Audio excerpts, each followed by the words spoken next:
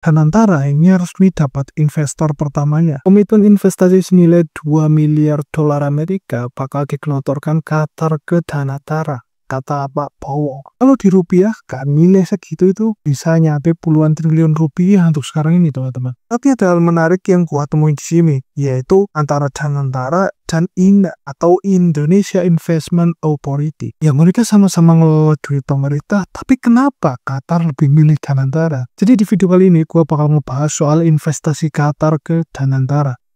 Apakah ada manfaatnya? Mari kita bahas.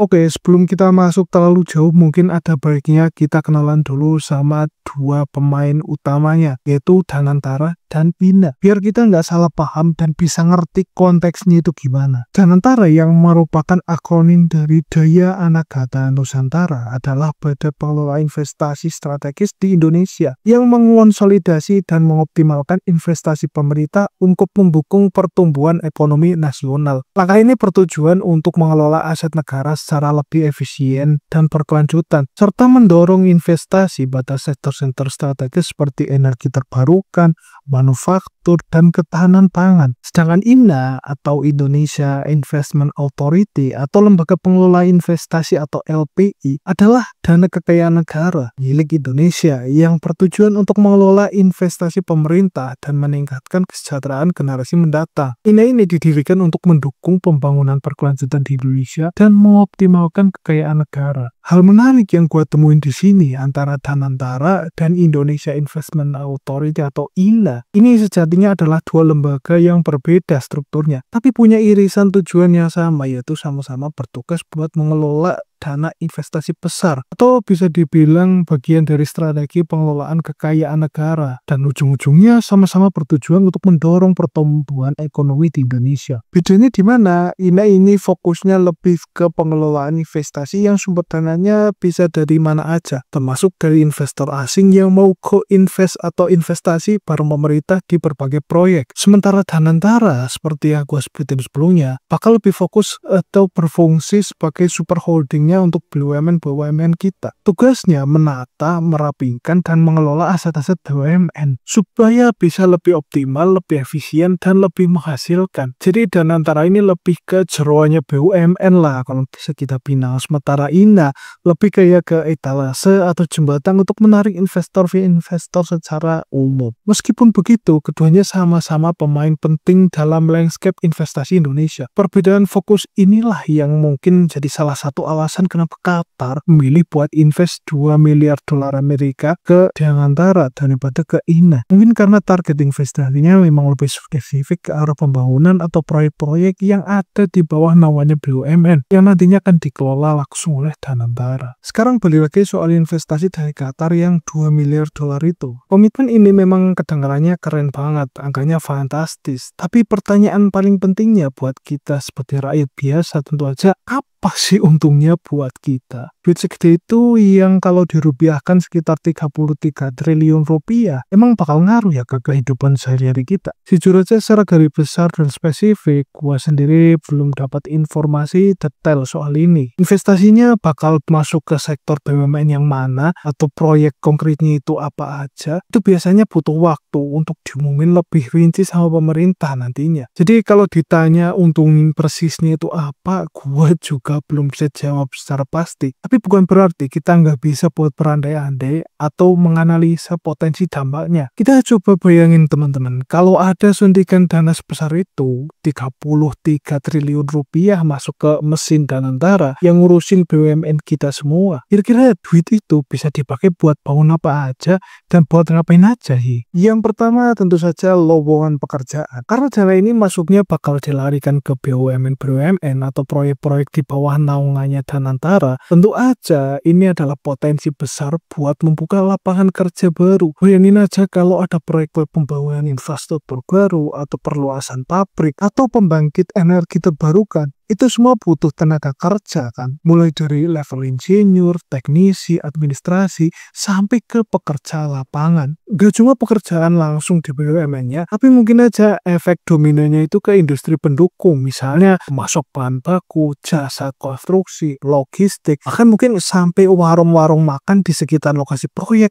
bisa kecipratan uangnya juga kan. Jadi masuknya investasi jumbo ini ya tentu saja diharapkan bisa bantu mengurangi angka pengangguran dan ningkatin daya beli masyarakat tentu aja. Tapi ini harapan ya teman-teman. Kedua, percepatan pembangunan. Ini juga logis banget. Duit investor apalagi ini masuknya lewat jalur kerjasama antara negara dan dikelola langsung oleh badan khusus yakni Danantara. Udah hampir dipastikan tujuannya itu adalah untuk dipakai membiayai proyek-proyek pembangunan yang strategis. Dengan adanya tambahan dana segar triliunan rupiah ini, proyek-proyek yang mungkin tadinya mangkrak karena kekurangan dana atau jalannya lambat bisa jadi lebih gitu. Kita tentu aja bisa berharap pembangunan infrastruktur seperti jalan tol, pelabuhan, bandara, jaringan listrik, atau mungkin fasilitas publik lainnya bisa berjalan lebih cepat dan lebih masif. Kalau infrastruktur bagus dan pembangunan cepat, ujung-ujungnya kan aktivitas ekonomi juga jadi lebih lancar, biaya logistik lebih turun, dan daya saing negara kita juga tentu saja bakal meningkat. Secara logika, pembangunan yang lebih cepat ini bakal kita rasakan juga manfaatnya dalam jangka panjang. Ketiga, keberhasilan Danantara menggait investor sekelas Qatar. Dengan komitmen investasi 2 miliar dolar ini bisa jadi semacam game changer teman-teman. Ini kayak ngasih sinyal kuat ke dunia internasional bahwa Indonesia ini melalui Danantara adalah tempat yang menarik dan aman buat investasi, terutama di sektor BUMN. Kalau investasi dari Qatar ini bisa berjalan dengan lancar, proyeknya sukses, dan pengelolaannya terbukti profesional dan transparan, bukan nggak mungkin ini akan jadi magnet buat investor-investor lain dari berbagai negara atau lembaga keuangan lainnya buat berbondong-bondong datang ke sini. Tapi teman-teman, penting banget buat kita ingat dari banyaknya potensi manfaat-manfaat yang mungkin bakal kita dapetin yang udah gue sebutin tadi dan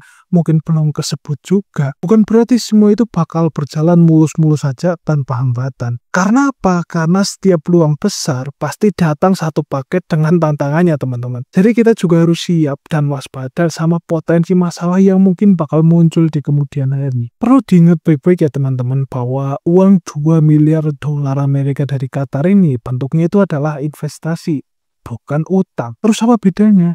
Bedanya itu fundamental banget. Kalau investasi artinya Qatar itu nggak cuma ngasih pinjaman, tapi mereka juga memiliki sebagian dari proyek atau aset yang didanai dari uang tersebut. Mereka tentu saja menanamkan modal dengan bayangan, dengan harapan bakal dapat keuntungan kalau proyeknya nanti sukses dan menghasilkan profit. Jadi ada pembagian risiko dan keuntungan di sini. Beda sama utang, di mana kita sebagai peminjam wajib hukumnya buat balikin uang pokoknya plus bunganya. Gak peduli proyek yang dibiayai dari uang utang itu untung atau malah rugi. Model investasi seperti ini sering dianggap lebih sehat karena nggak nambahin beban utang negara secara langsung. Tapi justru karena investasinya ini tantangannya jadi berbeda dan bisa dibilang nggak kalah beratnya juga. Apa aja sih tantangannya? Pertama jelas banget, proyeknya harus untung. Ini konsekuensi logis dari model investasi seperti ini. Karena Qatar naruh duitnya dengan ekspektasi dapat return atau imbal balik. Maka proyek-proyek yang didanai dari investasi ini wajib punya dikelola dengan profesional dan harus bisa menghasilkan keuntungan yang tentu saja besar atau ya minimal memadai gitulah. Dan akhirnya nggak bisa lagi tuh ada proyek-proyek BUMN yang asal jalan,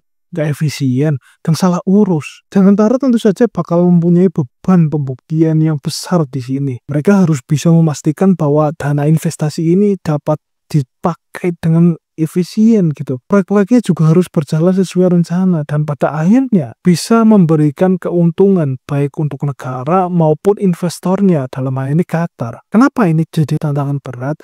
Kalau sampai proyeknya gagal atau merugi, gak cuma kita yang rugi karena potensi pendapatannya hilang, tapi kita juga bisa kehilangan kepercayaan investor. Dan tentu saja gak cuma itu, kita bisa saja jadi boncos, apalagi sampai harus nombokin kerugiannya pakai uang kita sendiri kan pasti nggak mau. Kedua, rakyat tuh harus benar-benar dapetin manfaatnya. Ini sering jadi kekhawatiran klasik setiap kali ada investasi besar masuk atau ada proyek raksasa yang dibangun. Jangan sampai kemeriahan atau gembar-gembor investasi triliunan ini cuma dinikmati oleh segelintir elit atau pihak-pihak tertentu aja. Tradisi bagi-bagi kue di kalangan tertentu itu kayaknya memang susah banget buat hilang sepenuhnya dari negeri ini. Tapi gue pribadi sangat-sangat tidak setuju kalau nanti setelah Danantara menjalankan proyek-proyek dari investasi ini dengan segala tujuan mulianya dan investasi besar sudah masuk, ternyata rakyat kecil kayak kita ini belum juga merasakan atau malah gak dapat manfaatnya sama sekali. Ya, manfaat itu kan gak cuma soal lowongan pekerjaan atau lapangan pekerjaan, tapi juga soal apakah pembangunan yang dihasilkan dari investasi ini atau yang didanai dari duit-duit itu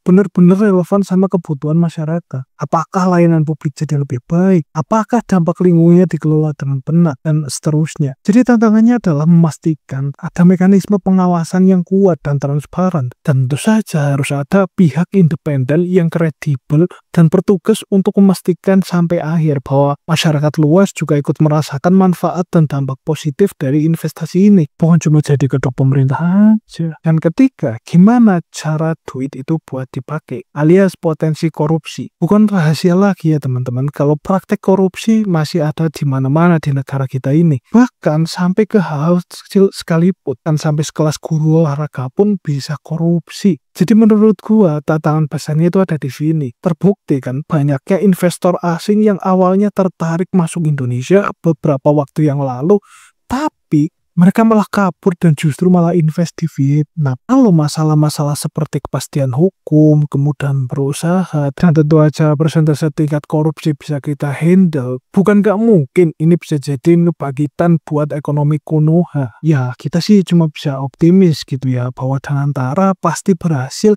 dan harus berhasil. Dan harus bersih. Supaya apa? Supaya pemerintah enak, rakyat kan juga enak. Jadi rakyat nggak cuma jadi kedok aja gitu. Tapi tentu aja, melihat kenyataan yang ada di lapangan, kita juga harus realistis teman-teman. Bahwa tantangan berupa potensi korupsi besar-besar ini masih menghantui kita semua. Selama ya korupsi di negara ini memang semudah guru penjejas korupsi uang renang. Dan mungkin itu aja yang mau gua sampaikan di video ini. Jangan lupa like, komen, dan subscribe. Dan tentu saja gua ngasih menunggu head-head komen kalian di kolom komentar di bawah. Gua Afif Ardianto, sampai jumpa di video berikutnya.